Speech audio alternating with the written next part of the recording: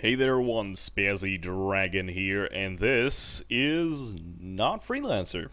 Exactly.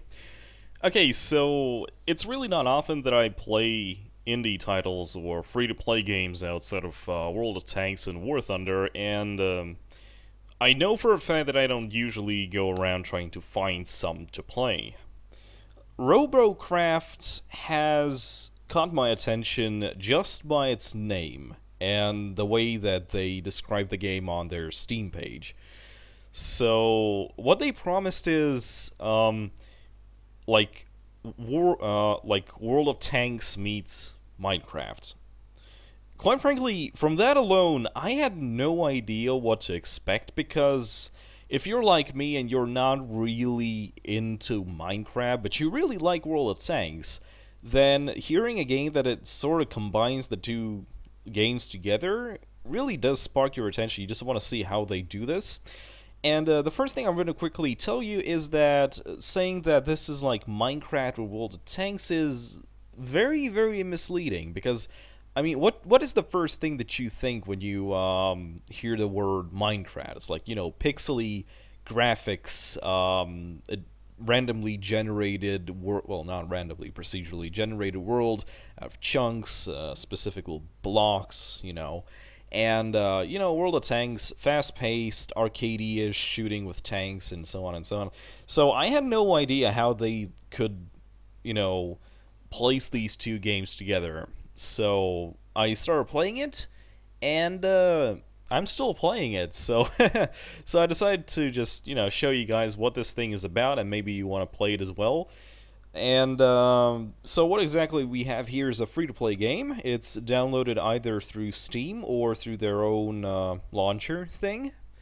And all you need to do is set up a account, and you can play. The game itself weighs around 300 megabytes. It's not really that big, and but it's one of those times when you know that the game is small. It obviously doesn't have the graphics of a AAA product, but at the same time, it might make up with its overall gameplay. And I will proudly say that yeah, this is the case. So let's just log in and see what this is. Also, the box art, like the splash screen box art, horribly misleading, and you will never see something like this in game. I don't know, maybe this is going to be something planned for future releases. This is obviously just a, alpha sort of beta maybe. They're not really that keen to specify which part of production this game is currently, but since it's a free-to-play title, I don't really care.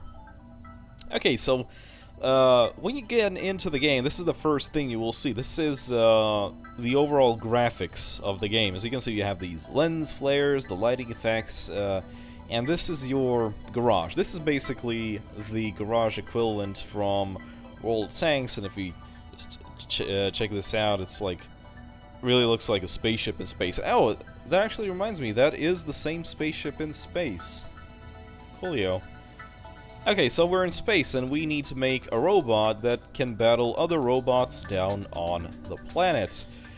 Just look at this planet. See, we're on our way to Mars, and we need to build a robot so we can participate in the glorious battles for whatever confederation we're currently flying. We have no, this is just Bay 1 for Robot 1.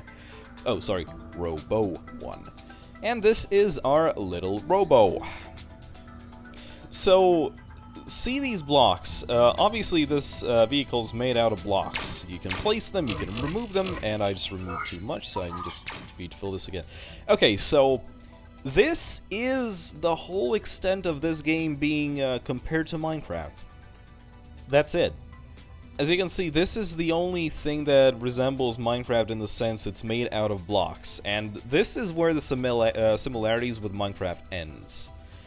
And in by itself, I really love games like this. I used to play this very old Robot Arena, I think it was like a Robot Battle Arena game, where you had to pick a chassis, and you would be able to mount all sorts of weapons, motors, gears, wheels, and you would need to make a pretty decent robot so you can go out and kill other players online. So this is basically the same thing, but they are using this box-ish, brick-ish sort of system for you to make your robot from the ground up. You don't really have any preset parts. Everything else, apart from gadgets like the chassis, the weapons, so on and so forth, apart from those, everything else is built by you. And as you can see, this is mine. I made a very small-ish, sort of scoutish robot, and that's it. That's actually it. And for the sake of this little, video, we might as well go to the garage. You can do that by pressing G. Actually, I love how they pretty much streamlined the overall movement around the different places outside the battle. So if you press Q, it brings up to your inventory. If you press C, it brings up the shop for all sorts of parts. As you can see, I have some unlocked. And so I might say, okay, so this is where the similarities with Minecraft ends. Okay, so the next question, where is the whole part from the World of Tanks thing? So, as you play and as you win or lose, you will acquire stars, for it is always stars, as Yahtzee would say. And with these stars, you can unlock new tech. As you can see, there's multiple levels of technology you can unlock. I have played around like a day or so, and I have unlocked so many. The green ones are the ones I have already unlocked. The yellow ones are the ones I could technically unlock. And that's it. So obviously, this part you see is all the little blocks you can use.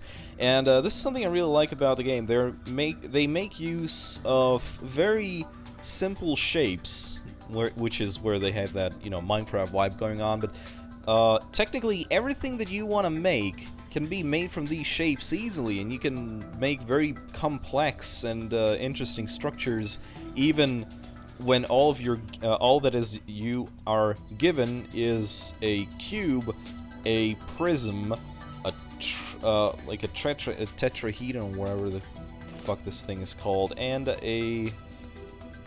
this thing, whatever it's called.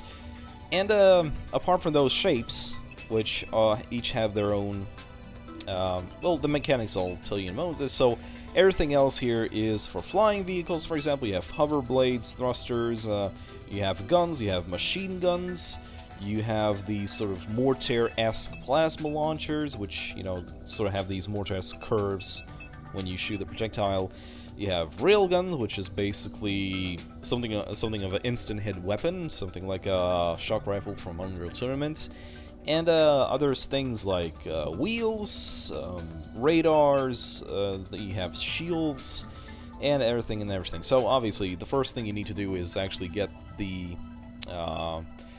experience to unlock these things, and then you need to earn the credits, which you do by either winning or losing the battle, to actually purchase them. So you have the inventory where everything that you own is shown. For example, I have 89 bits of this thing, 109 of this thing, and none of these things. If I want to make something, I have to buy them. I'll show you in a moment.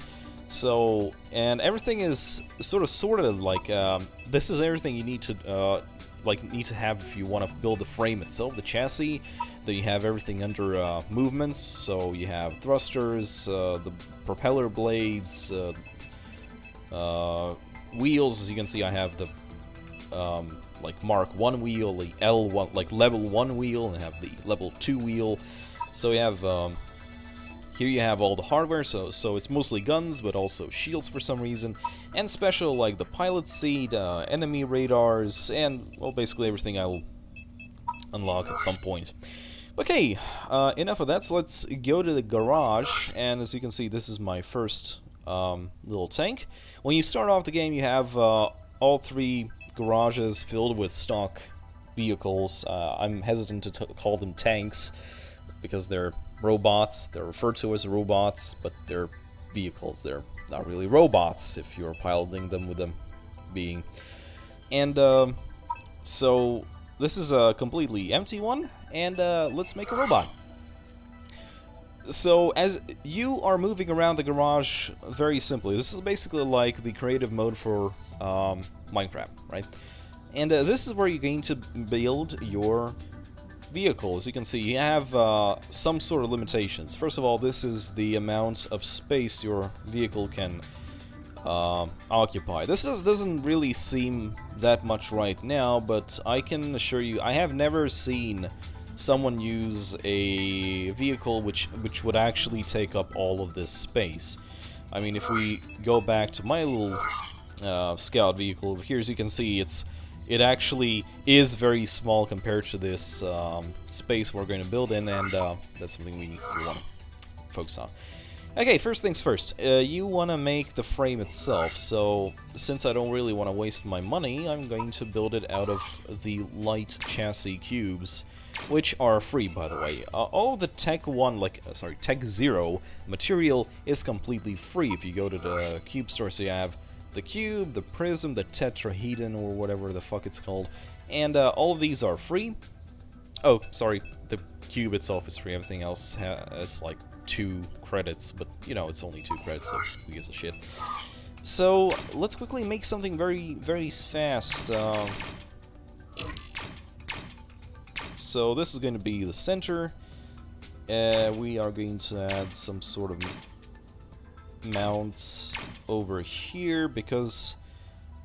well, let's see. For example, I want to build something that is a little bit sturdy, so... the idea is here that you need to build something that needs to survive, right?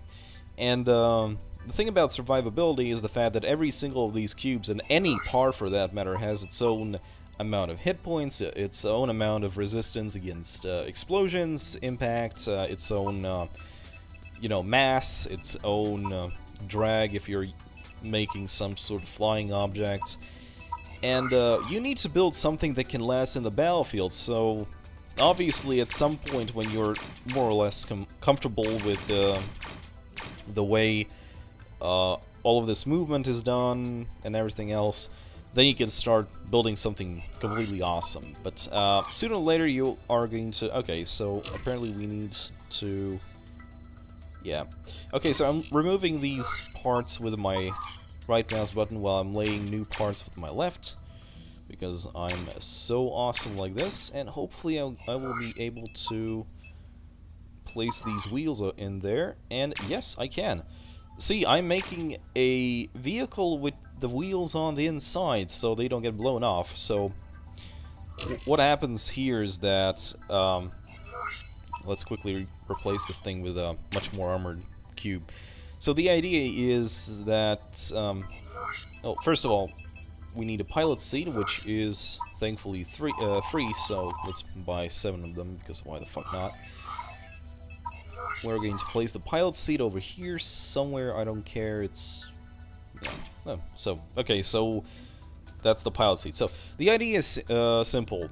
The way you can lose your vehicle is two ways. First of all, it gets destroyed block by block, so these light blocks have absolutely no armor at all. They're probably gonna get destroyed by one shot, and depending on the shot itself, they might travel through some blocks, hit some other blocks, damage a few others, and basically want to make something that prevents that. So for example, so that's the first way you can lose your vehicle. The second way is if your pilot is killed, and your pilot has a completely different health bar sort of thing, and as soon as it reaches 0, everything blows up and you are out of the game.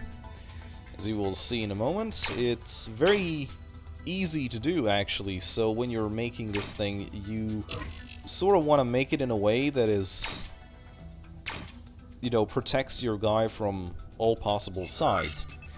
So what we're going to do here is we're going to get 2 windshield cubes, because for some reason I don't have them. 4 would be enough. Then we're going to get some triangles. Oh, sorry, tetrahedron. I really love how everything is like a transparent cube, like they refer to every single shape as cube. But well, that's what you get Like, there's actually a lot of inconsistency and spelling mistakes in this game, but hey, it's free, so I'm not really bothered by it. So let's do it like a sort of half-open cockpit. I said cock. I just realized I bought the tetrahedron, not the pyramid. It's okay. Where is the pyramid? Ah, there's the pyramid. We need about 4 of these because why not? And there it is. I can rotate the direction of anything with my mouse wheel, and holy shit, is this comfy. Like, I played a little bit of Space Engineers, and if only they have it like that, seriously, though. Okay, so this place really needs a cube.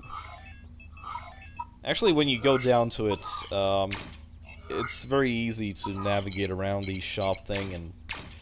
Okay, so that is going to be our cockpit. It's not completely encased, but, well, I have these wheels there, so... Hopefully it's going to be protected enough. Okay, so that is going to be the ship so far. Now we need to add steering wheels.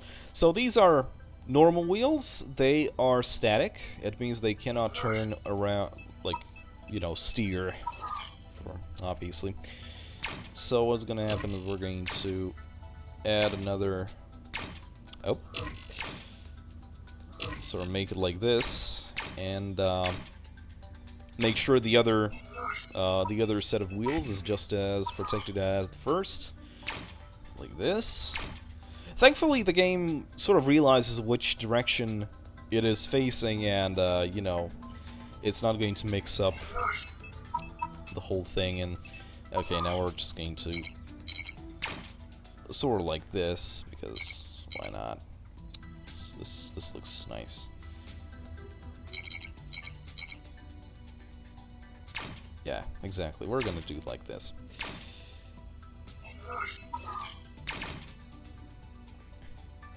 So this is going to be the front. Let's make it something like this. And yeah, this looks good, I think. Okay, so now we have made ourselves a robot, very basic one. And now we just need to make sure that it has the ability to kill something else. So let's go to the hardware and see what we can do. We have, might as well buy a few simple, like, one of these, no, 2 of these. 2 of these weapons, and we are going to stick them onto the ship. So where are we going to mount them? Okay. As you place it, it's instantly going to tell you the arcs. As you can see, this thing can fire straight up. It can turn down a little bit, although it's not going to shoot through the body. This is something you really need to think about when you're making these things, is that placement matters, and if you place it in a very stupid spot, or for example if I place it like this, then obviously the turret in the back won't be able to fire through the turret in the front. So obviously this is more of a design choice, and the design choice is pretty much what the game is about. You need to think up a vehicle that is efficient, that is sturdy enough, and I find that along the lines, like mostly when I try to make these things, like, what will happen if I get hit, like, somewhere there? What happens if I take a hit here? Can I continue playing? And so, for example, this thing that I made right now is obviously flawed, because the moment someone takes out this part, then everything here is going to disappear. So let's just return to this, and let's go into a practice round. Now, the reason why the whole Minecraft association threw me off is that I, for one, expected the world to be Minecraft-ish, but as you can see, that's not the case. As you can see, the world is actually pretty decently rendered for a game its size. It's obviously not Crysis or anything, but at the same time, it's fun. So these red titled thingies, those are bots, they're not going to shoot us back, but we can easily test our, you know, guns on this thing. So this is one of these guys. As you can see, he has a much more armored version of this thing. He went with something different of a design. So let's try to kill it. What happens? You can see the armor parts are a lot hard to destroy. And as you can see, I'm actually doing damage to the guides. He's at 87. It means that the pilot, as you can see, I can see the pilot's seat from here, actually. If I'm hitting the pilot's seat, I'm going to destroy him without having to destroy all the chunks, so let's try doing that right now while it's stuck on it.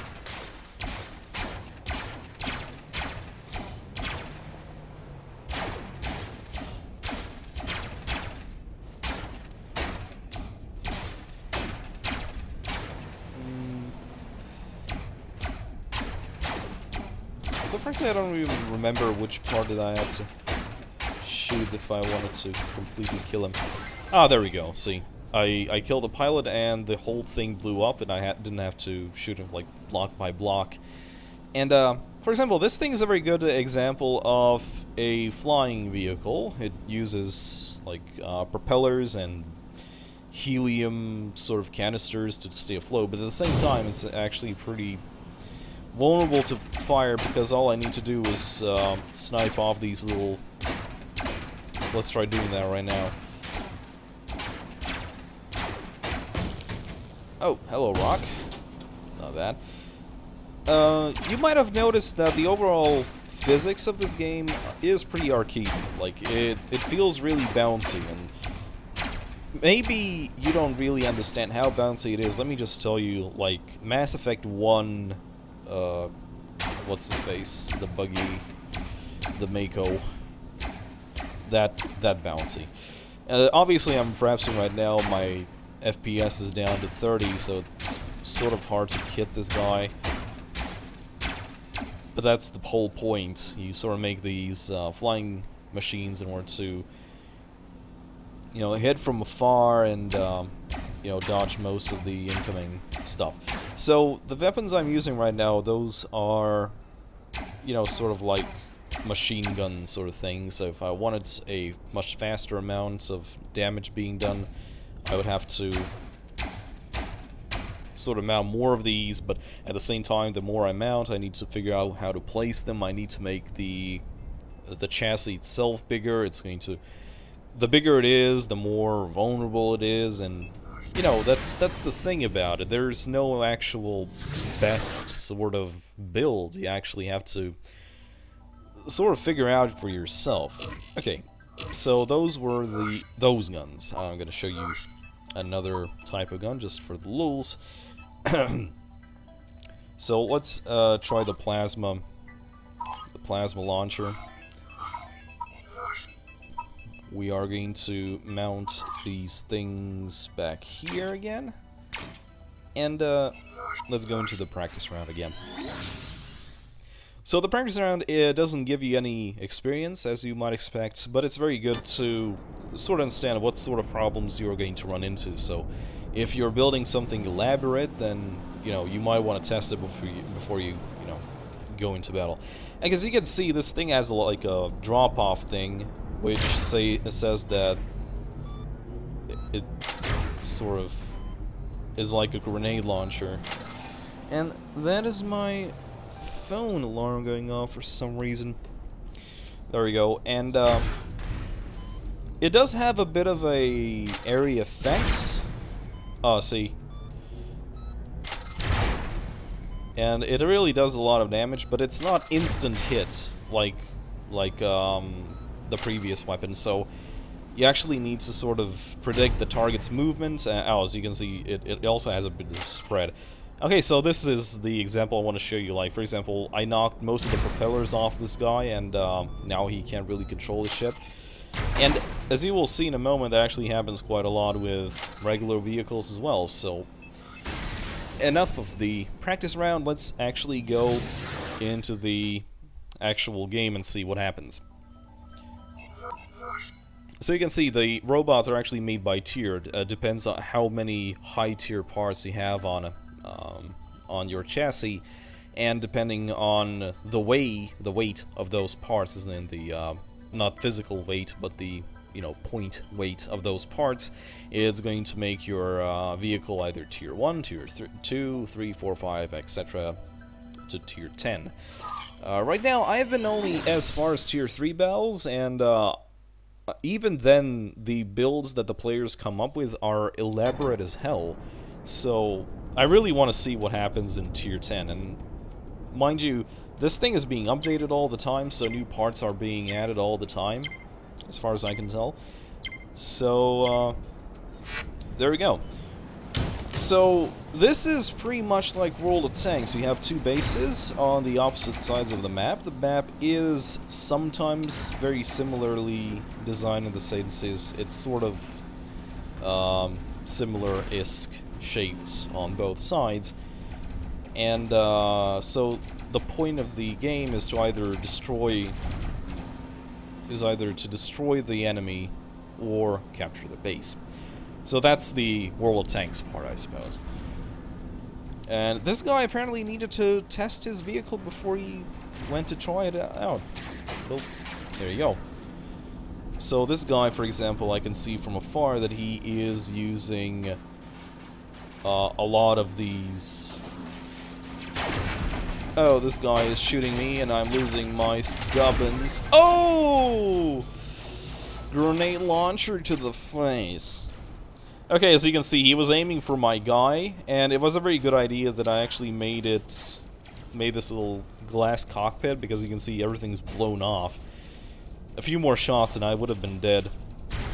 But at least I didn't lose anything significant. I didn't lose my wheels, I didn't lose my weapons, so we are continuing the fight, and at least it looks like that we're sort of winning. Okay, there's this guy from afar. I'm gonna try and take this little hilltop as a strategic point.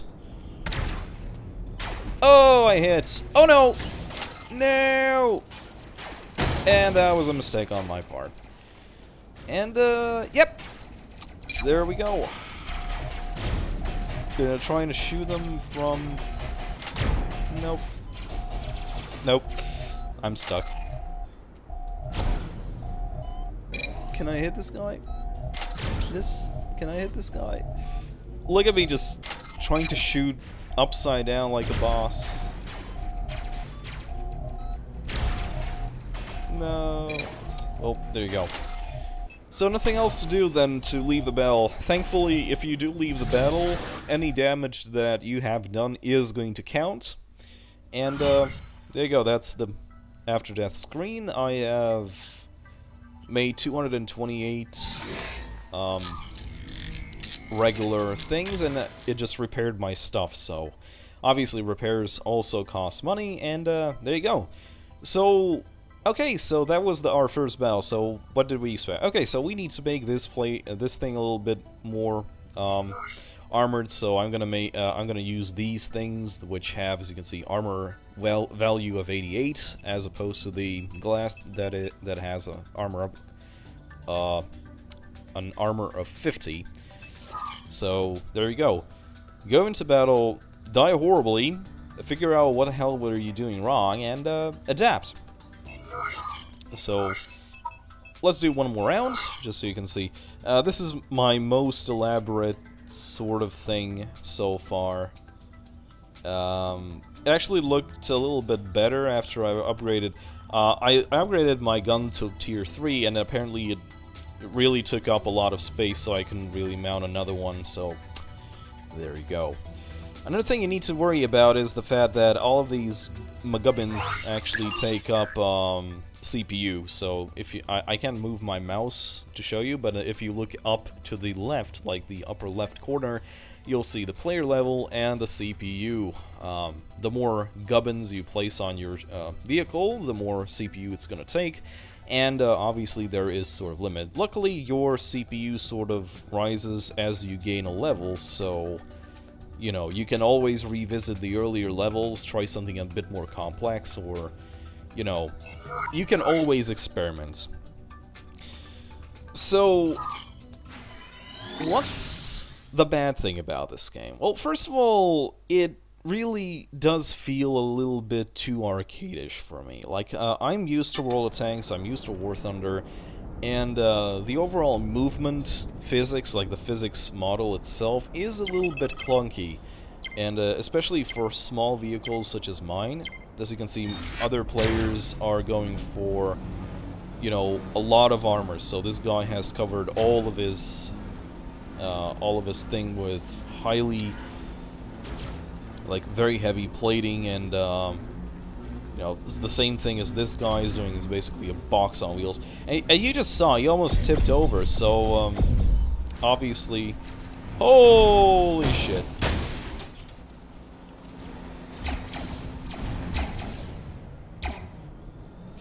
So yeah, this the problem with this is the smaller.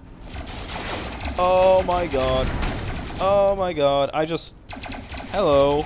I'm a dead guy. Yay! I just got flanked hard. So for example, this guy has shields on his front, so he negates a lot of damage.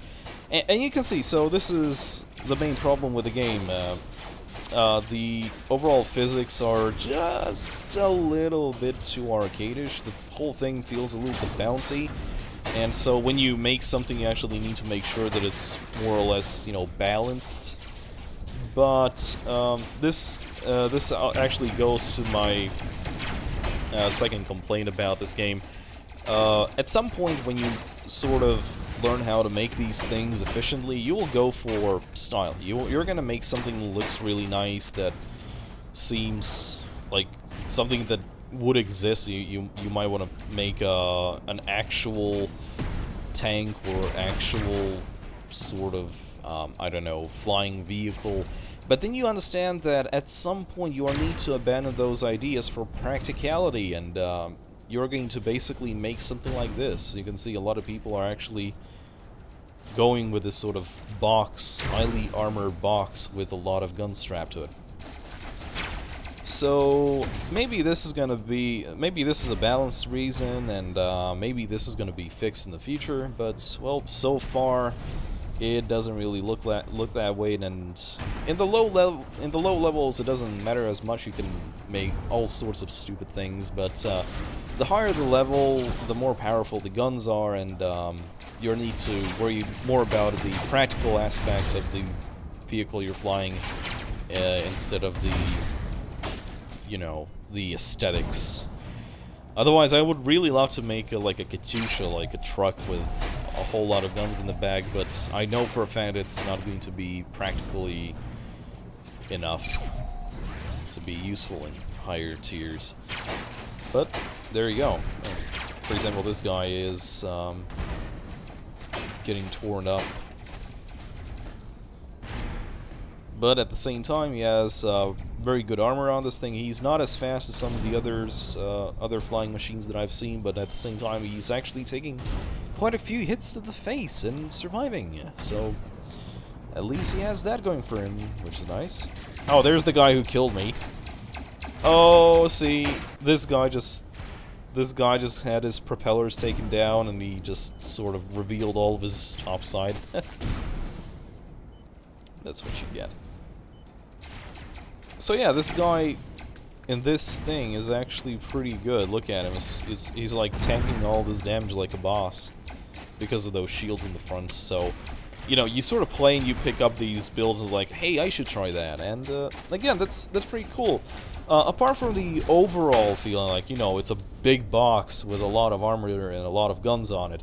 I have yet to see two completely different vehicles. So that's fun. So yeah, this was Robocraft, a free-to-play game. You can get it on Steam, you can get it from their website. And, you know, I've been playing this. I know for a fact I'm gonna play more, so, you know, you might as well try it yourself. Cheers.